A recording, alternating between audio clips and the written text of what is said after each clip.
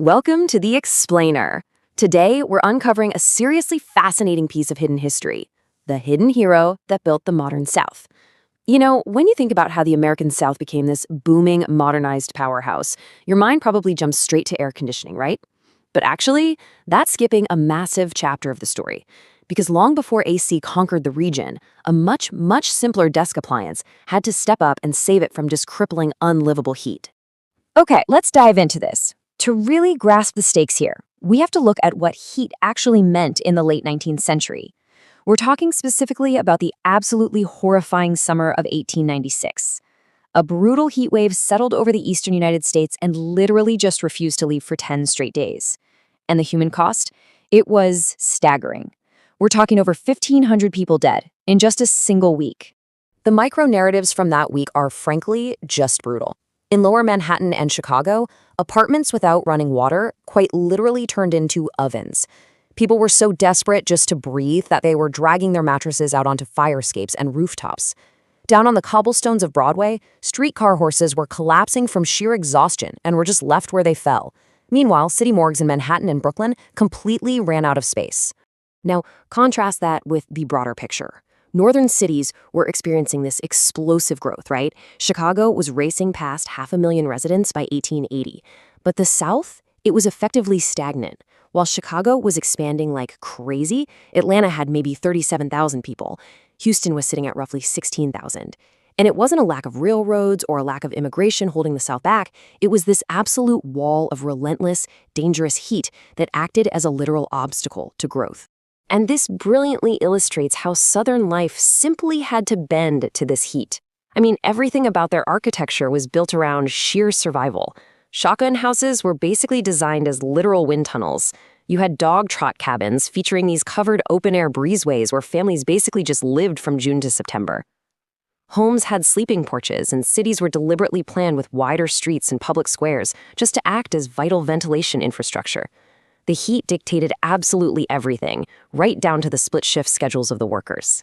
The economic toll of all this was incredible.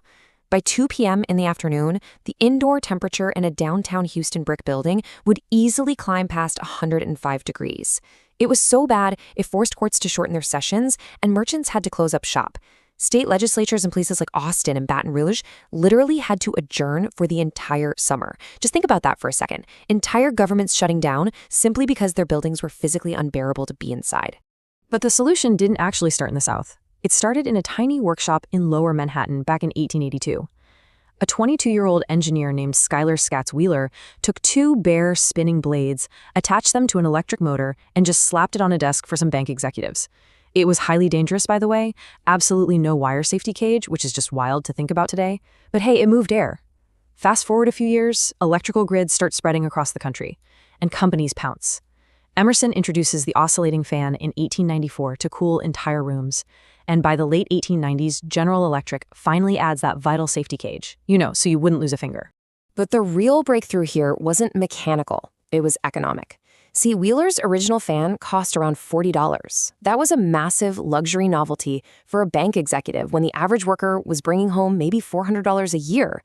But by the early 1920s, manufacturing had scaled up so dramatically that a reliable oscillating fan cost just $5. It transformed almost overnight from a rich man's toy to an accessible, mass-market working-class hero. And let me tell you, those fans immediately went to work saving the Southern economy. Picture a Charlotte textile mill around 1910. It's packed with workers hitting 110 degrees by midday. Production is naturally dropping like 40% in the summer.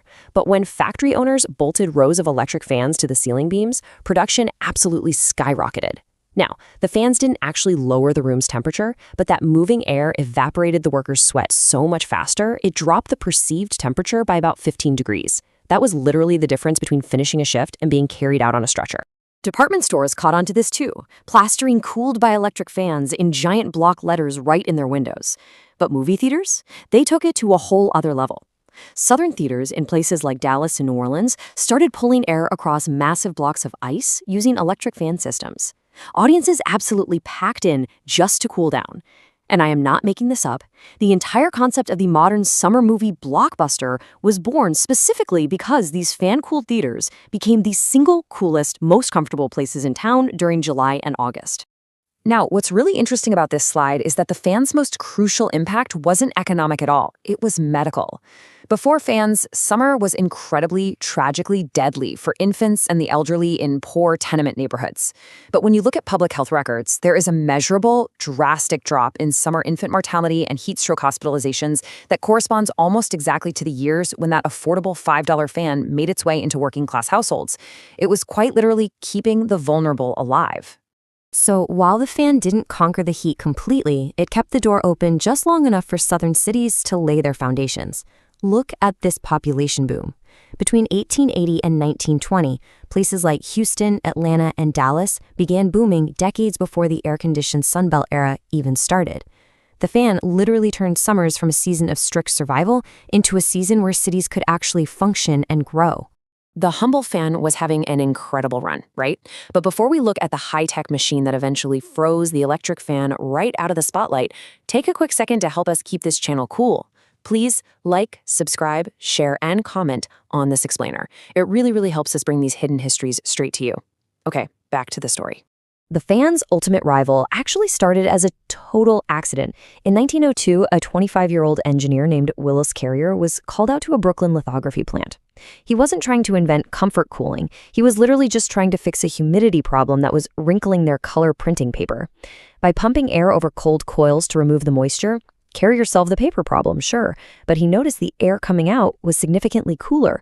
Boom! He had accidentally invented modern air conditioning. Let's move to and see how this builds, because for decades, this new AC technology was just way too massive and expensive for regular homes. But the post-World War II economic boom, that changed everything. Companies started manufacturing compact window units. By the mid-1950s, the price dropped to around $200. Suddenly, middle-class suburban families could afford them, and sales just exploded, from 43,000 window units in 1947 to nearly 2 million units a year by 1955. And this is where the South completely rewired a century of its own architecture and culture. Think about it. The fan worked with open windows and porches. Air conditioned did the exact opposite. It demanded you seal the house shut. Sleeping porches basically disappeared from new construction overnight. People completely abandoned the loud social centers of their front porches and retreated behind closed, isolated doors to sit in the cold air and watch their brand new television sets. The once buzzing summer streets just went completely quiet. This massive technological shift literally redrew the map of the United States. Air conditioning is what enabled the massive Sunbelt migration. Millions of Americans who would have never, ever relocated to places like Phoenix or Miami suddenly packed their bags, drawn by affordable housing, growing job markets, and most importantly, year-round climate control. This exploded the population of the South and Southwest, entirely shifting the country's economic power and completely redrawing the political electoral map. So the crucial point is, by the 1970s, AC had completely shoved the electric fan into attics and garages. Society was wholly dependent on mechanical cooling. But then, October 1973 hits, the oil embargo. Suddenly, the world runs out of cheap energy. Electricity bills absolutely skyrocket. Rolling blackouts sweep the nation just to keep grids from collapsing under the strain of millions of AC units. Almost overnight, America's vulnerability was entirely exposed. And the public reaction was explosive. Americans desperately flooded hardware stores looking for any kind of fallback. And just like that, the electric fan made a massive comeback. If you just look at ceiling fans alone, sales surged from around 200,000 units in 1973 to over 3.5 million units by 1980. The fan hadn't died at all. It was literally just waiting in the wings for the exact moment the high-tech systems strained and failed. Grounding this right in the present day, it's absolutely amazing to realize that the fan never actually stopped selling. Today, over 100 million fans are sold every single year in the US alone, and its enduring relevance is proven time and time again. Whenever a modern disaster strikes, like the recent Texas grid collapses or those extreme Phoenix heat waves, when the electricity bills get just a bit too high or the AC compressors finally fail, the humble fan is always right there to step in. Look, air conditioning absolutely built the modern Sunbelt, no question, but it requires functioning power grids, refrigerants, and highly stable supply chains. The electric fan? It just needs a plug and a simple motor. It is endlessly fascinating to think that when our modern marvels of engineering completely fail on the hottest night of the year, our ultimate fallback to stay alive is the exact same concept of a motor and spinning blades that a 22-year-old bolted together way back in 1882. So I leave you with this to think about. When the grid goes down, what will keep you cool?